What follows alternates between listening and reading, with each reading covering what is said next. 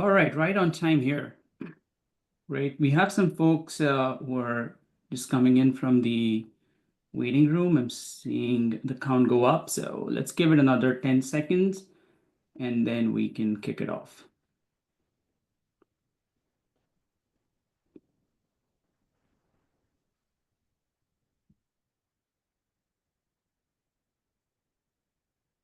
All right, let's get started here. All right, hello everyone. Welcome to the Defend webinar series hosted by DataVisor. The topic of today's webinar is the new frontier of check fraud, safeguarding tax season and Treasury checks in 2025. Before diving in, let me just go over a couple of housekeeping items. This webinar will be recorded. The recording has already started. And at the end, a link of the recording will be sent to all the attendees. On this webinar, there is a Q&A panel. Please send your questions there. We highly encourage you to send as many questions as you can.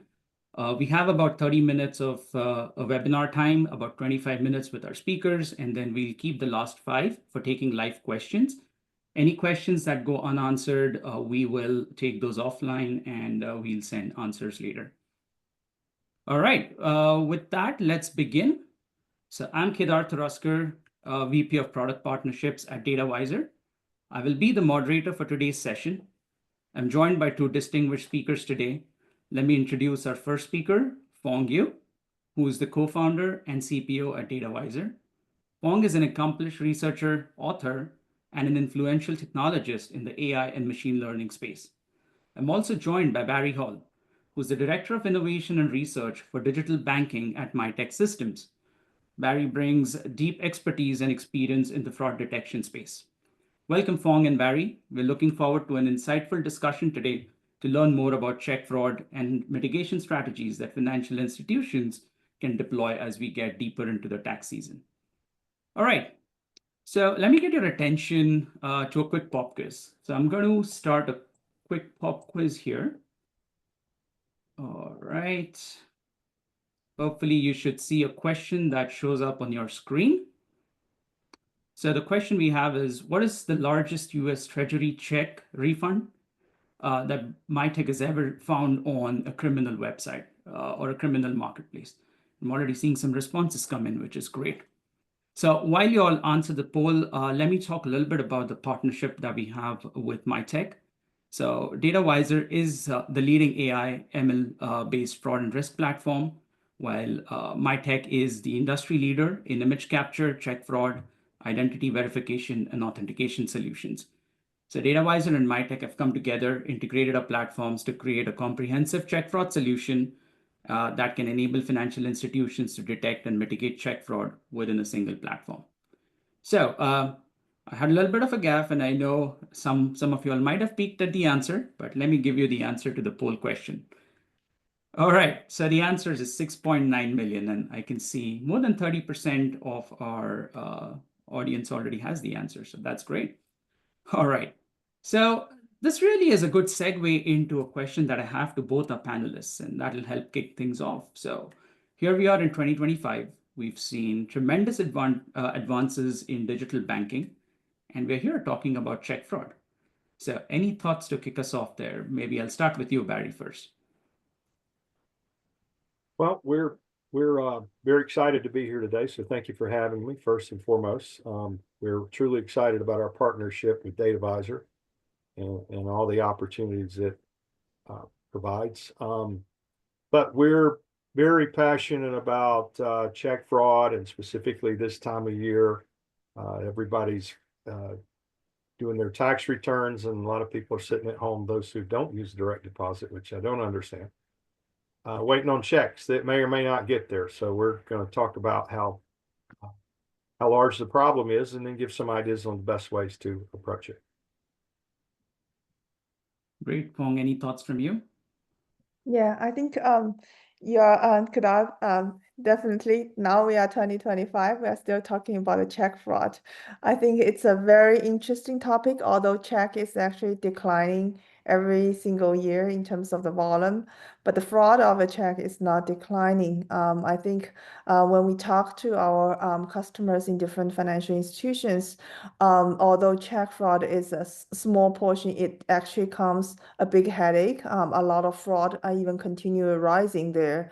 I think there are a bunch of the reasons. I think a lot of them is actually the fraudsters actually have different ways. I think we can cover a little bit later. But I also want to call out there's also some consumer plays there as well. Because if you think about a credit card, right? Every consumer know this is some piece of information. I'd be really careful not to give out the credit card numbers, and then be very careful on the getting the credit card, and then a lot of controls in place when you swipe the credit card.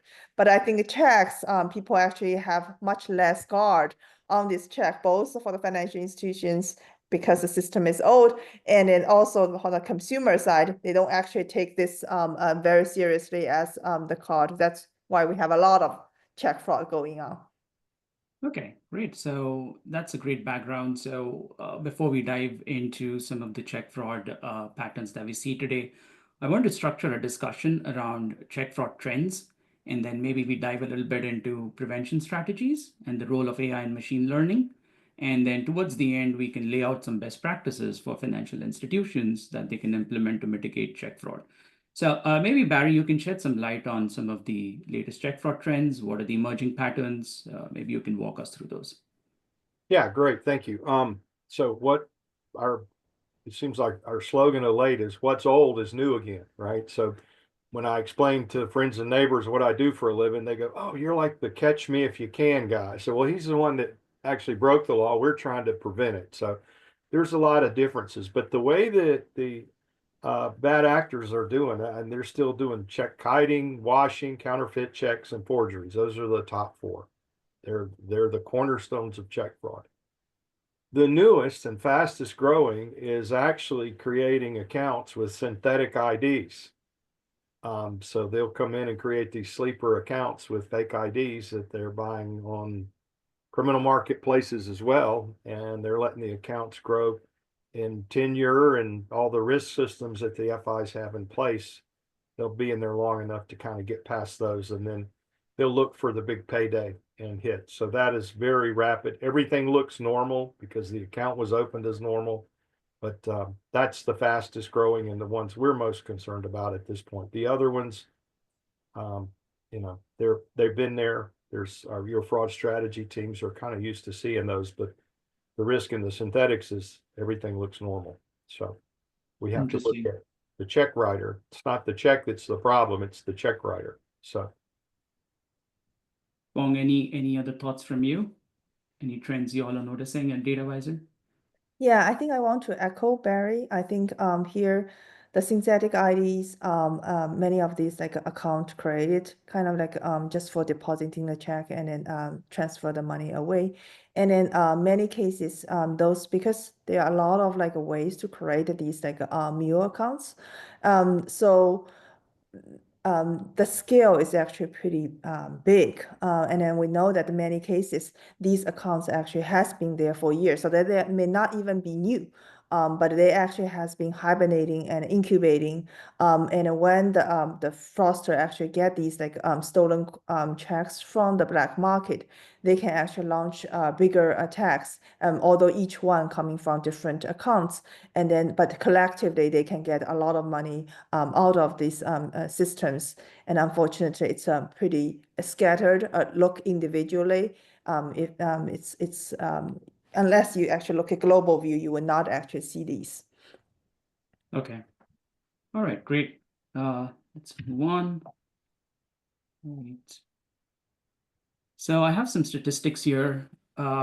Maybe Barry, you can tell us a little bit about what numbers we are seeing here with $7 trillion being distributed. That's a pretty large footprint for fraudsters to capture. yeah, that is. There's quite a bit of money, and it's not only sent during tax season, it's actually sent year round. So it's not like a crop you grow that's only good in the spring. It's a year-round business for some of these folks. Some of our data suggests there's about 10 million paper refund checks mailed every year. What we see on the criminal marketplace and Facebook, Telegram, Pinterest is actually a place as well. About 14% of all the checks that you see out on the criminal marketplaces are Treasury checks. That number, this is a year average. That number is actually a lot larger this time of year because the Treasury Department's mailing these checks out once a week. The bad guys know what days they're coming, and those are the day they target the mail.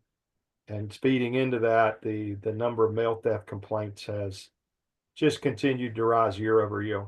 I mean, it's so easy to steal the mail there. We'll get into that in a minute, but those are some of the fun facts or not so fun facts around Treasury check statistics that we see. So once they have the check, what do they do with that? So how is the information stolen from a Treasury check? Like, can you walk us through what's happening here? Take the checks. They see on the left there, this guy had a pretty good haul, and so they redact enough information and they put it out on Telegram to say, hey, I've got all these checks that are for sale. Typically the market value is about 20% of the value of the check. So if you've got a $5,000 check, it would be for sale on the criminal marketplace for about $1,000. So the people that are stealing the checks are not typically the ones who are using them. They're brokers and they sell to the end user. And I don't know if it's because the laws are more favorable if you're just a distributor than actually somebody who commits the crime. So I know there's a lot of emerging stories, and it seems like some of the sentences these guys are get when they are caught are not very big. So, but anyway, we probably see, we have a couple providers of images that we use and leverage into our solution. We probably see anywhere from 800 to 1,200 checks a day that are stolen, and we get the images like this. Oh, wow. That's a pretty large footprint here. Okay. So we understand the scope of the problem here, and it's definitely more, even if the number of checks are going down, is the dollar value that we need to be aware of. So, correct. All right. So how do these criminal gangs actually work, or the syndicates get together? Like, is there a nexus here? Any details on that?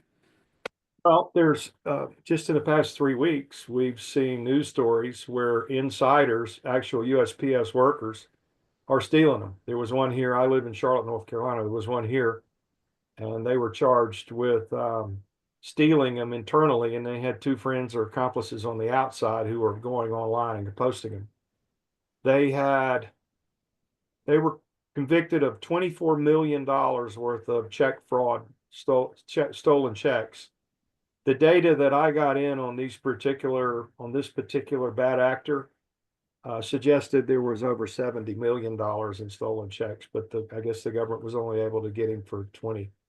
The other thing they're doing is they're selling the arrow keys, and the arrow keys, the key that opens up the big blue boxes, or it might open a cluster mailbox in an apartment. So you can imagine, if you know when tax day is and you're in a large apartment complex, you just go through and you open it up and you have access to everybody's mail.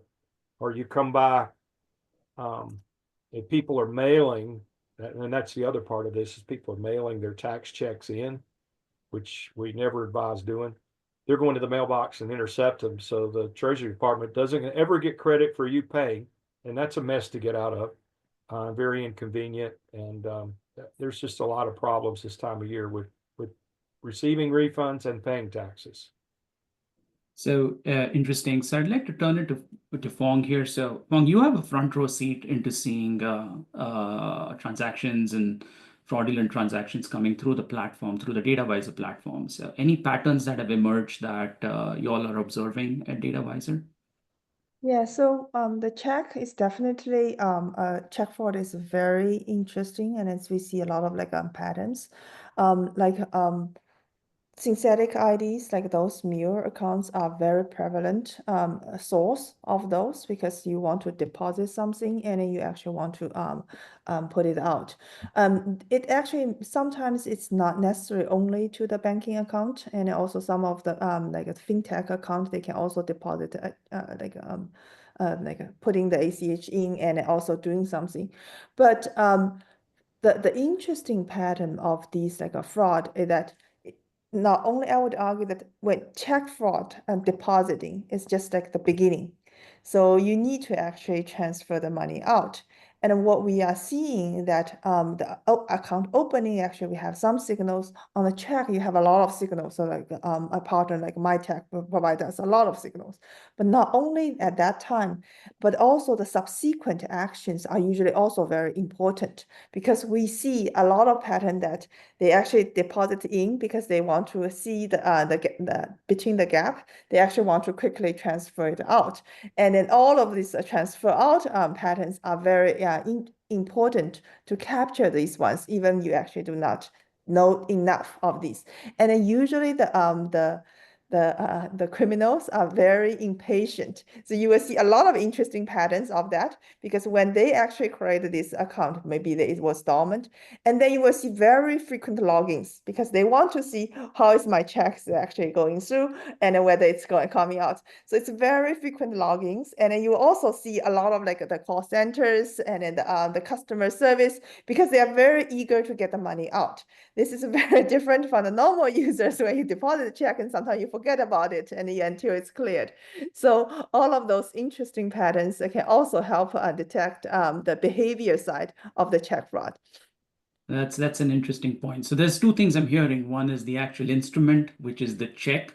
There are some signals we can capture, and then there's the behavioral side that we can capture signals from there, and then that could kind of lead to a stronger predictor of fraud. So let's talk a little bit about the check as an instrument then. So maybe Barry, can you kind of explain us like what are the key indicators of what is a valid check and what could be a sign of a fraudulent check? Right. So a valid check, which is the one at the top, has a standard format. There's a standard font. There's data in certain locations that we're expecting to see. And it's very easy for, your bad actors to change the address. On the fraudulent check here, the most common thing we see is them changing the payee name, right? In some cases, depending on your FI, if you don't have strong prevention, or you're not reading the payee name, or you're not matching the payee name to the depositor's name, which is common, they don't even bother to change it. They can put my name's Bill, and they put a check in that says payable to Bob or Steve, it goes right through. So we're using image and data analysis to be able to pick up the differences, because it's very hard for a fraud analyst to look at this. First of all, because it's official check, we have to process it much faster than the regular checks. And then this time of year, the volume is peak, right? So image analysis actually looks at a good image, like the one on top, and it compares it to the one on the bottom. And it's capable of telling you, hey, there's something wrong with the font. There's something wrong with the date.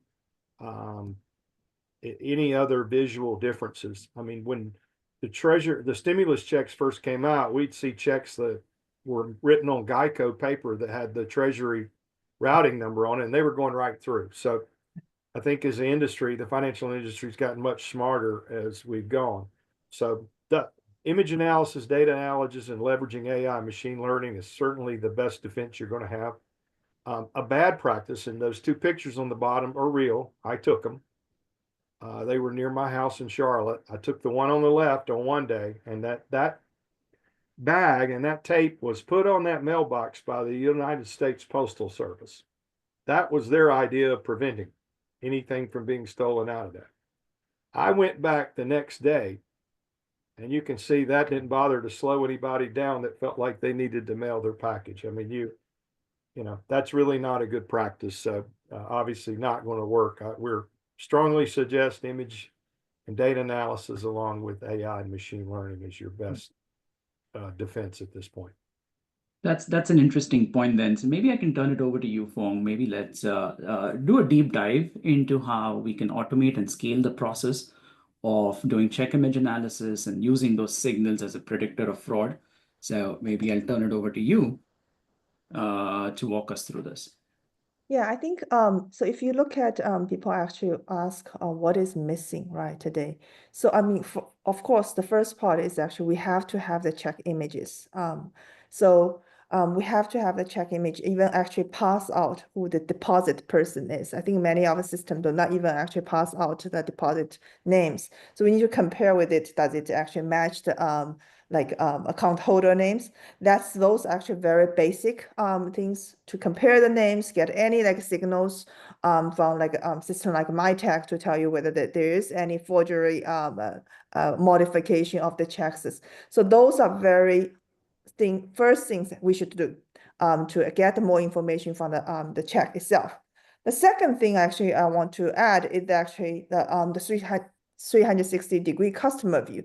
As I mentioned, how this account was registered. Does it have regular activities before is the first thing that the account active is depositing a check? Whether they have a very frequent logins, call centers, activities. How is the activities after the check, before the check was cleared? Are they trying to move the money out immediately? So all of these action, because check clearing takes time, it still actually can boost your confidence, even retro. The first check with deposit probably have problems. So this is actually, I think, the first and the second thing that we need to put place. So to look at all the activities.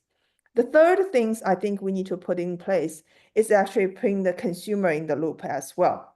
So the consumer actually knows a lot about their account and their activities. So for example, if like me, I set up my online banking, a check of all a transaction over a certain limit, you need to notify me. So those are actually very good. The bank can have a default setup for every of their consumers, but allow the consumer to customize. For example, all of my transaction to mortgage payment monthly recurring, you don't need to alert me, although that's actually could potentially be a big number. But for certain like smaller numbers, if someone actually, I never wrote a check before, and even it's a smaller amount, you may actually want to alert me because this may be actually attesting this my account. So then it's really like allow the user to customize their preference and then set up alerts. When doing the detection, I think another like anonymous attorney had a question, right? How should we actually detect or the check fraud? Is it purely by AI? No, it's not. I think there are three layers, right? There are certain things that the system will say, this is obviously good, although approved, and then this is obviously bad. This is like forged signals that from image, you see this forged and obviously reject.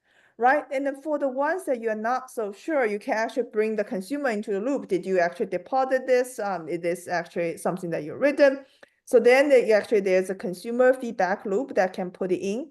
And then you can also have the banking analyst to manually review those as well. When you put the check images there side by side, and you also put in what that image should be or their previous image, then you can just compare, right? So then the human can actually still put in the loop, although we can put a lot of the risk signals on the top, what's wrong, so that the review time can be significantly reduced. And finally, I want to say, putting everything together, we can also have models and AI rules to actually help facilitate the process to decide what is auto approve, what is auto reject, and what are the suspicious signals, so that the reviewer can easily see.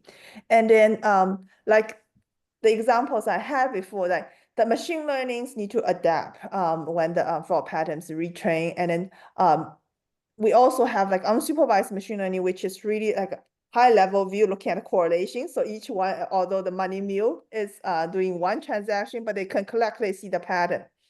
And then the rules are also very important that you need to adjust from time to time, especially some of the rules that's very specific. For example, you can say, I see a fraud ring, and then they are all like brand new accounts, and then they try to deposit the checks, and then they send the money afterwards to certain account and certain banks. Then it's very easy to actually create such a rule saying these registration time, and these are the pattern, and sending to this particular bank. At that time, probably it's very good, like 99% accurate. But after this attack get evolved, this rule will probably hit like all the like true like false positives. So these rules need to constantly monitored and adjusted when the attack pattern changes. So then the AI auto tuning of the rule can also play some role there and help analysts to figure out what's a low performing rule and how should we adjust those. Great. Thank you for those details. So that definitely kind of addresses the first question I had. Why are we talking about check fraud in 2025? But it's a relevant problem that wasn't addressed for several years, but now we have modern technology that can automate and scale the entire process. So that's why it's very important to deploy AI and machine learning to fight check fraud.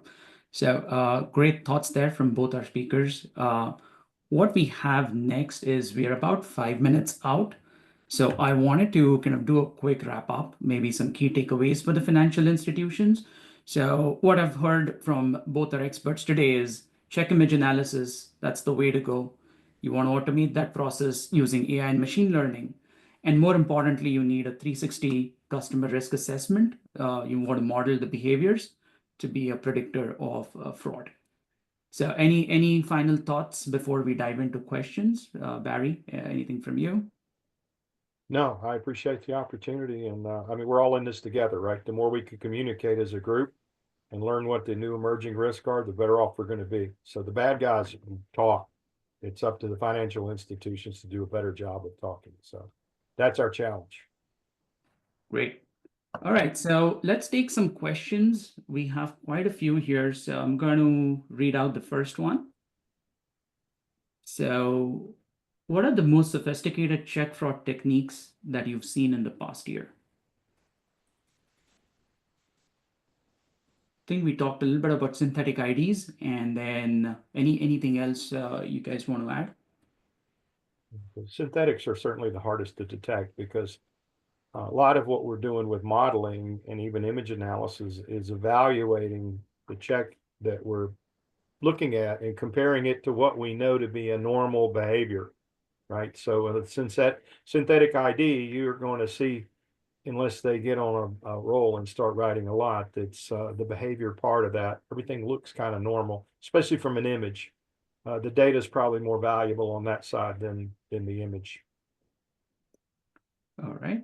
How effective do you think mobile deposit fraud detection is today, and what's missing? Maybe Fong, you want to take that one? Yeah, I think the mobile deposit is actually, I think what's missing is what the Mitek offers today is many of the raw signals are not captured. I think it's to our surprise, many of the systems today do not even have the payer to those kind of like information. So sometimes you're not able even to do a very simple comparison whether this deposit check is actually should belong to this particular account. So I think I would say those like raw signals will be really helpful. And in many cases, I think for the mobile deposit, it should have a lot of signals like the device IDs, the IP address, and then those. So those information will be is really helpful as well to actually determine the fraud. So I would say the most effective way is actually to do more data collection. After collecting the data, then we can actually do very effective detections. Okay, great. All right, I think we have time for two more questions. And this is an interesting one. Would you trust an AI-only system to detect check fraud, or do you think human oversight is essential? Well, that's a great question.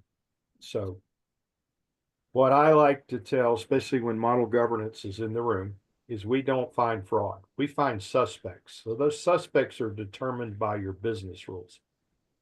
The business rules decide which items that the operators are going to look at, and they make the final decision. So to me, you have to have both, right? Because you can get high signals that there's something different about this check. Whereas if I change my check stock, of course it's different, right? There's not a problem. So I think you have to have both. It's a partnership. The AI can't do it by itself. It can do it faster. It can narrow down the group of suspects so your false positive rate's lower. Operationally, it's not as big as investment, but it takes both. Yeah, Great. I would also concur. I mean, sometimes those like looking at the check details, those subtle differences, I think those actually AIs machines can actually detect it faster than the human, and then provide all of those signals out so that human can actually make much better judgment.